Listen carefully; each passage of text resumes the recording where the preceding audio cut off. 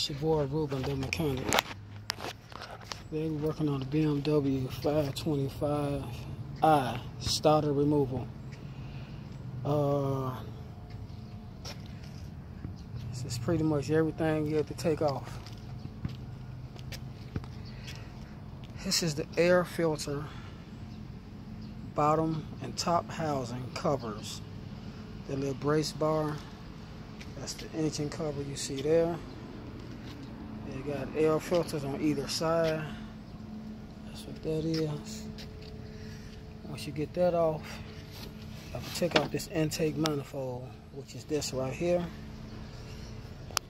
And then you can see the starter right there. That's the new starter.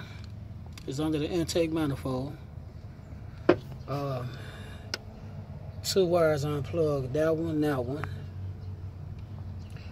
Couple of bolts for the intake manifold straight across there. The one in the back, reason I took this air filter housing and cover off, because one of the starter bolts is right back there.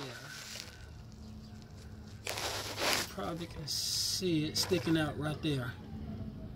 See that little notch there? That's the starter bolt.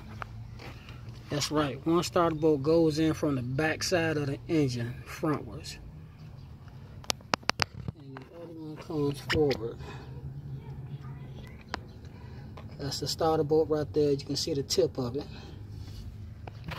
Yeah, so some dumb design decide put the bolts in backwards. This is a starter removal, the mechanic.